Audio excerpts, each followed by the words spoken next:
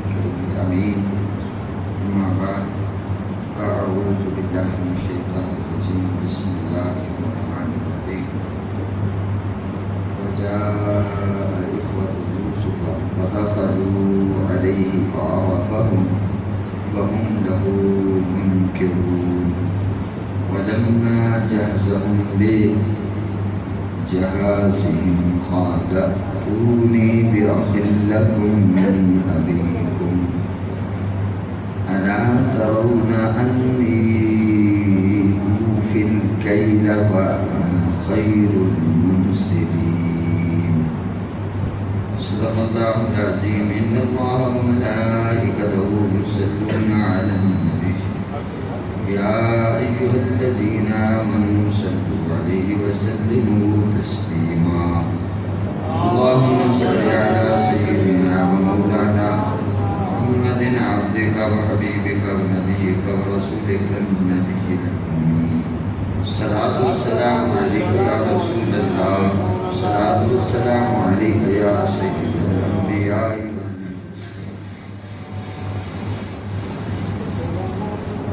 الحمدللہ ثم الحمدللہ. اللہ تعالیٰ کی توفیق سے ہم سب جمعۃ المبارک کی برکتیں بھی حاصل کر رہے ہیں، اور بالخصوص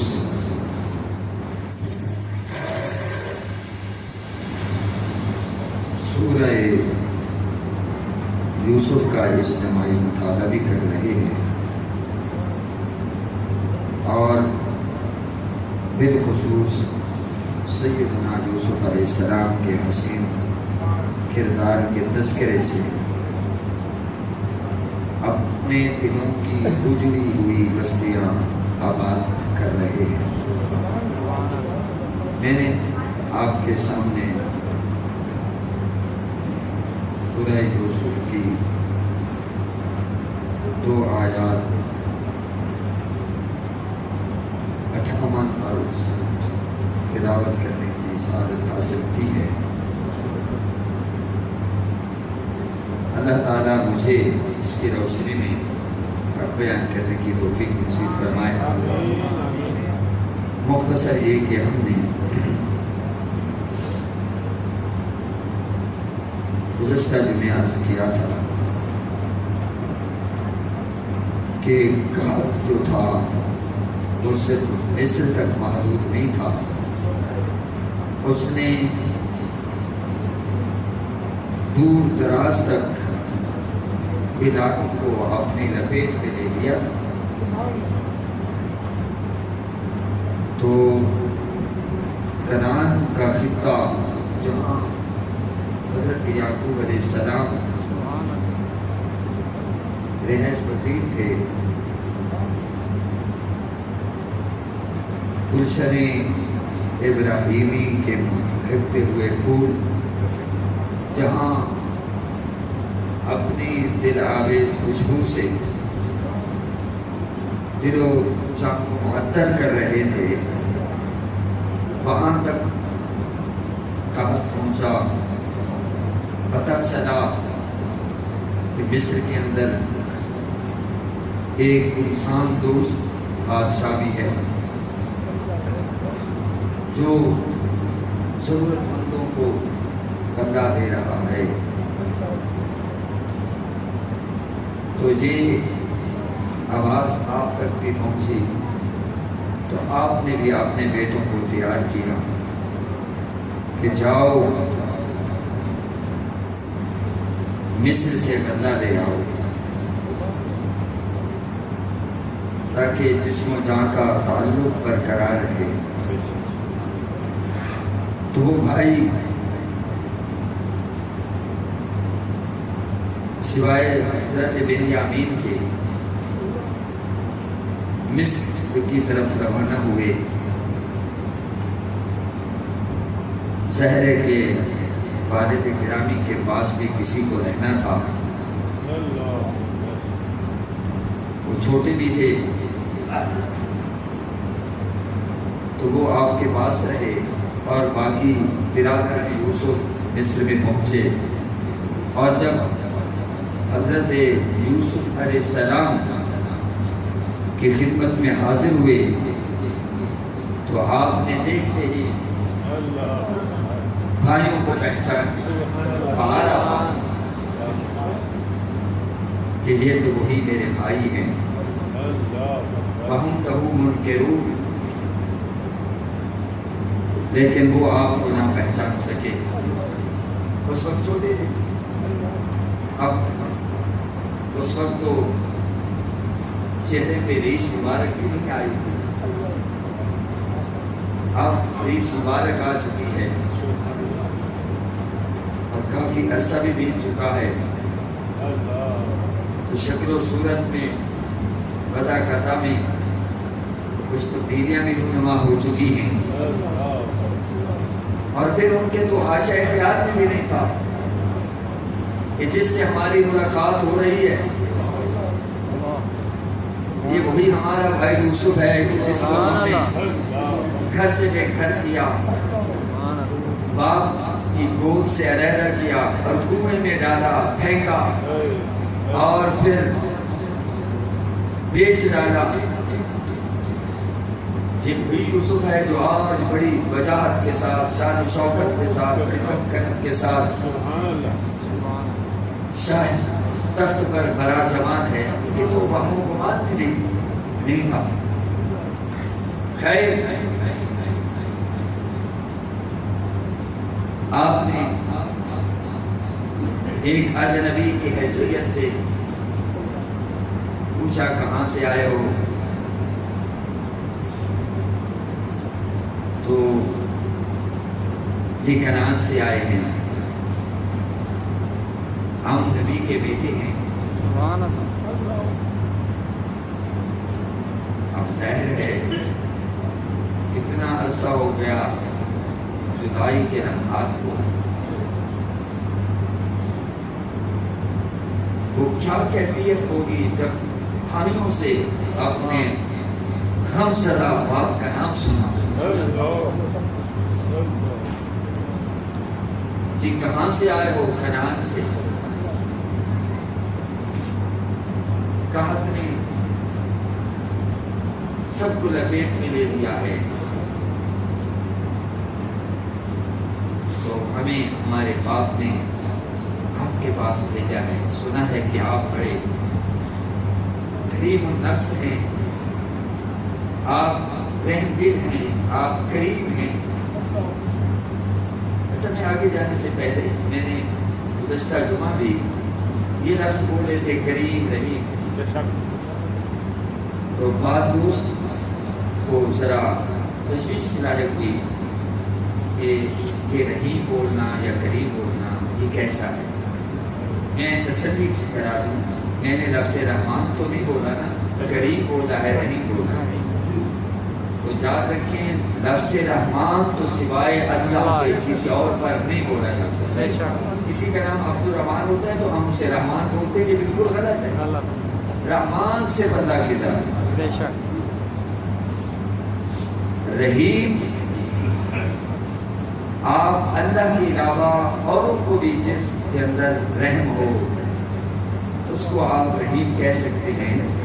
میں عرض کرتا چلوں، اگرچہ اللہ نے اپنے صفات میں اس کو بھی بیان کیا ہے قرآن حکیم میں، اللہ بالناس لرؤوف رحیم، بے شک اللہ لوگوں پر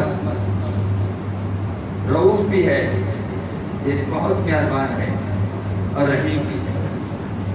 اور انہی صفات کو اللہ تعالیٰ نے اپنے محبوب حضرت محمد مصطفیٰ صلی اللہ علیہ وسلم کی ذات بابرکات کے متعلق بھی استعمال فرمایا ہے۔ انہی صفات کو، انہی الفاظ کو، علیکم بالمؤمنین رؤوف الرحیم، کہ محبوب صلی اللہ علیہ وسلم مومن پر بڑے رؤوف بھی ہے اور رحیم بھی ہے۔ ہاں، اللہ تعالیٰ ذاتی طور پر رؤوف و رحیم ہے، اور بندہ جو ہوتا ہے اللہ کی عطا سے رؤوف و رحیم، جیسا کہ اللہ نے فرمایا انہ هو السمیع البصیر، اللہ سمیع بھی ہے، بصیر بھی ہے۔ اور یہی صفات اللہ تعالیٰ نے انسان کے لیے بھی بیان کی ہیں، وجعلناہ سمیعا بصیرا۔ ہم نے انسان کو سمیع اور بصیر بنایا، تو یہ ضمن میں نے عرض کر دیا۔ تو دوستو، کتنے بھائیوں؟ جی ہم 12 بھائی، اب کتنے ہو؟ 11۔ تو 12 بھائی کدھر گیا؟ کہا جی وہ ہلاک ہو گیا۔ اب دیکھیے حضرت یوسف کے دل پر کیا گزر رہی ہو،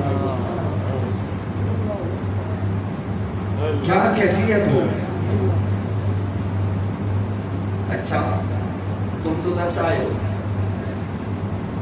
ایک بھائی کو والد کے ہاں چھوڑ کے آئے جس کا نام بنیامین ہے۔ اگر وہ بھی آتے تو وہ بھی اپنا حصہ لے جاتے، تو وہ نہیں آ سکے۔ ہم چاہیں گے، والد بوڑھے ہیں اور وہ والد کی خدمت کے لیے رکے ہوئے ہیں، تو آپ بڑے کریم معلوم ہوتے ہو، بڑے رحیم معلوم ہوتے ہو، بڑے شفیق، بڑے مونس و غمخوار معلوم ہوتے ہو۔ اور ویسے بھی یاد رکھنا، جو حسین لوگ ہوتے ہیں ان کے اندر سخاوت کا مادہ بھی ہوتا ہے، الا ماشاء اللہ۔ بلکہ ایک حدیث میں ہے، اگر مانگنا ہو تو اچھے چہرے والے سے مانگو۔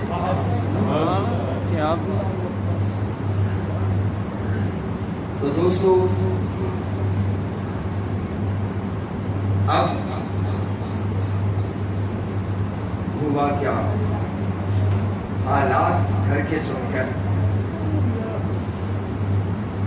دل پر کیا گزری ہوگی، وہ تو آپ ہی اس کیفیت کو جانتے ہیں، مگر آپ نے اس پر بہت ہی سخت فرمایا۔ گھر کے حالات دیجیے، غلہ تیار ہونے لگا، وہ جو بورے لائے تھے، بوریاں وہ بھری جانے لگی، اور جو انہوں نے قیمت ادا کی، آپ نے یا تو خود وہ جو پیسوں کی تھیلی تھی جو معاوضہ کے طور پر دی گئی تھی، جو پیسے دیے گئے تھے، یا تو آپ نے چپکے سے خفیہ طور پر ان بوریوں میں رکھ دی، یا آپ کے حکم سے خوددام میں رکھ دی۔ یہ بھی ایک طریقہ تھا تاکہ یہ پھر بھی میرے پاس آئے، اور وہ جو بھائی ہے اس کو بھی میرے پاس لے آئے۔ یہ ایک ہیرا سازی ہو رہی تھی، ایک ترکیب اختیار کی جا رہی ہے۔ قرآن کہتا ہے وَلَمَّا جَهَّزَهُمْ بِجَهَازِهِمْ، سو جب مہیا کر دیا ان کے لیے ان کی رزق و خوراک کا سامان، تو فرمایا قَالَ ائْتُونِي بِأَخٍ لَكُمْ، فرمایا دوبارہ آؤ تو لے آنا میرے پاس اپنے پدری بھائی کو، جو باپ کی طرف سے تمہارا بھائی ہے، یعنی بنیامین۔ ان کی مائیں مختلف تھیں، اور حضرت یوسف اور حضرت بنیامین ایک ماں سے تھے۔ آپ کی والدہ کا نام راحیل تھا۔ ان کو ضرور میرے پاس لے آئیں۔ اور آگے ترغیب کے طور پر فرماتے ہیں الا ترون انی اوفی الکیل وانا خیر المنزلین، کیا تم نہیں دیکھتے کہ میں کس طرح پیمانہ پورا بھر کر دیتا ہوں، وانا خیر المنزلین، اور میں کتنا بہتر مہمان نواز ہوں۔ بھائیوں کا سلوک ایجاد تھا، لیکن بھائیوں کو اعلیٰ بستر دیے، اعلیٰ ٹھکانہ دیا، اعلیٰ کھانا دیا۔ خدام سے کہا ان کی خاطر تواضع میں کوئی کمی نہ آئے، کیونکہ یہ میرے بھائی ہیں۔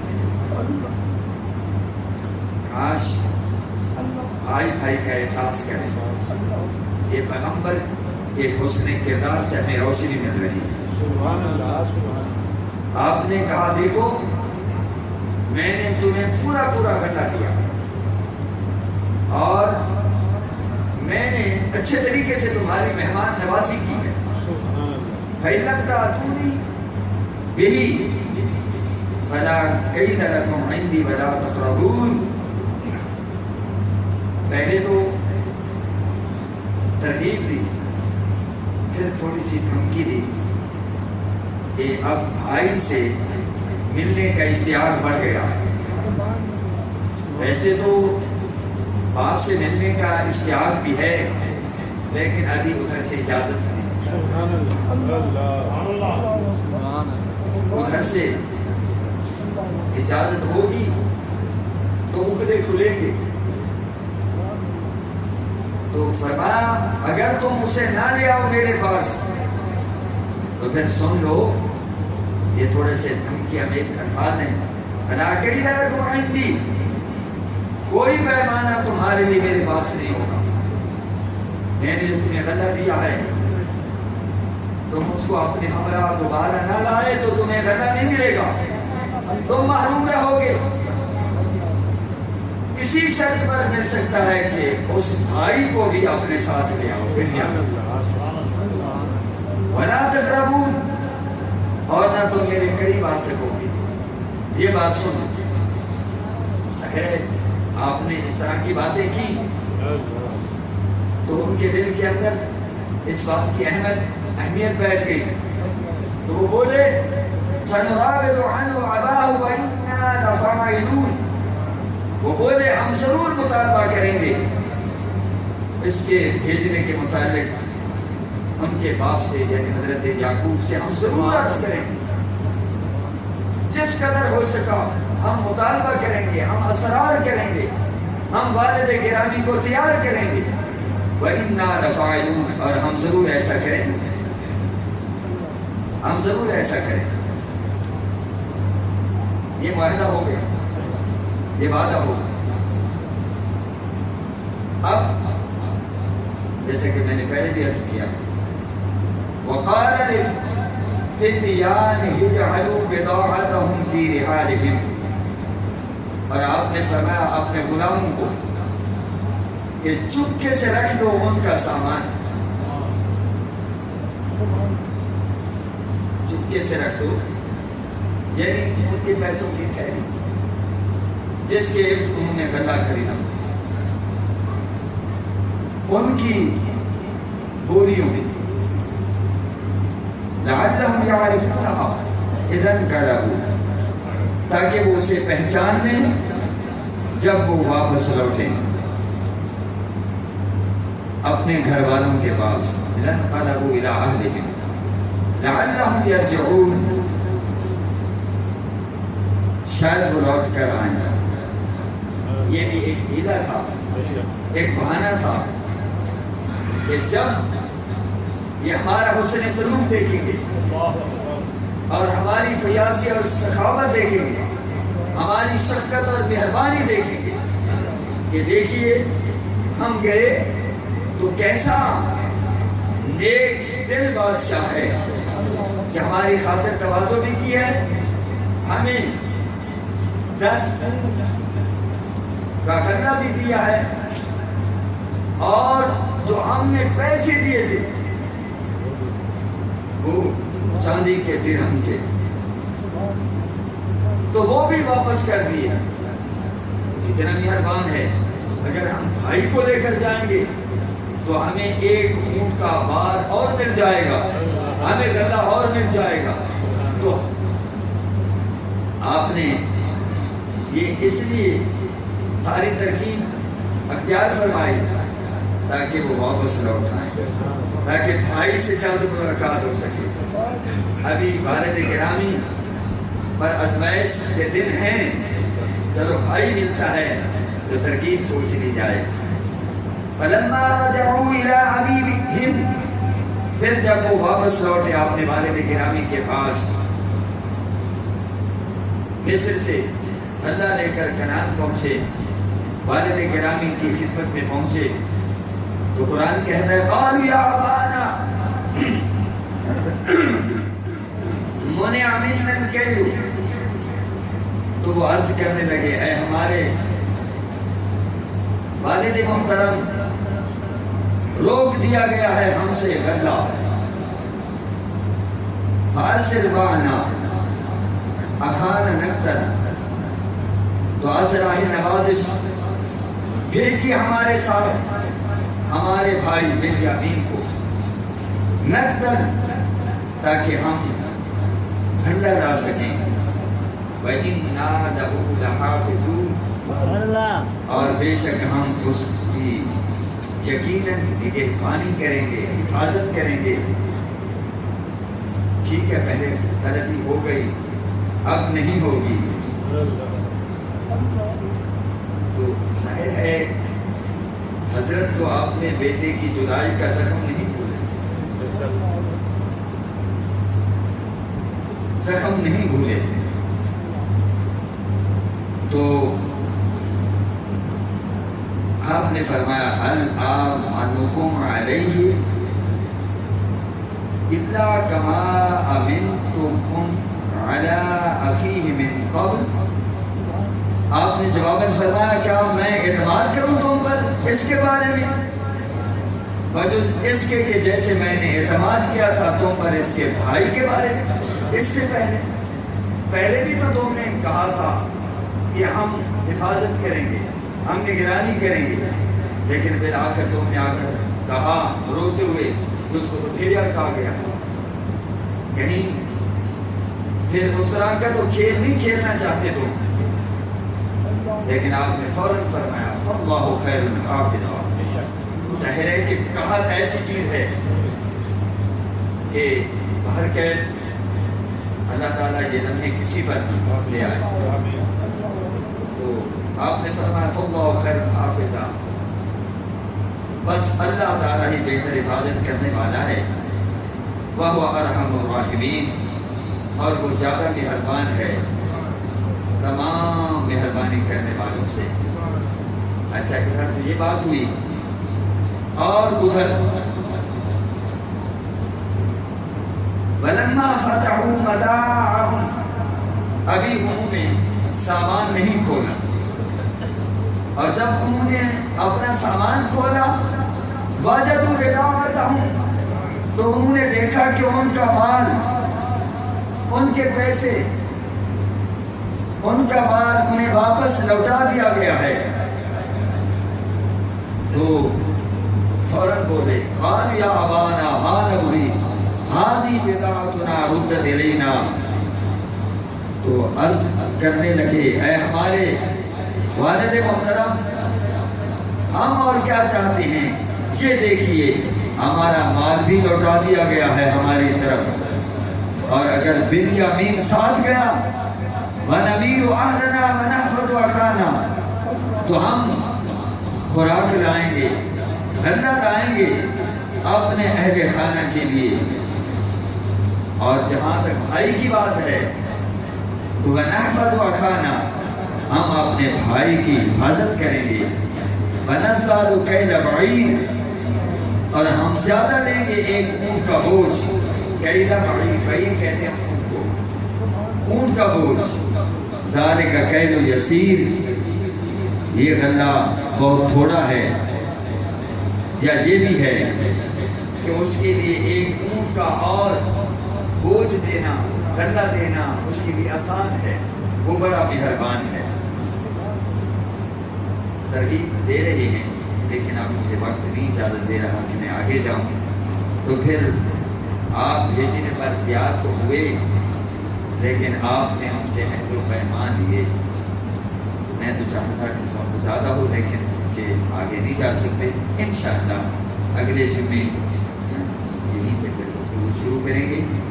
وآخر دعوانا ان الحمد للہ۔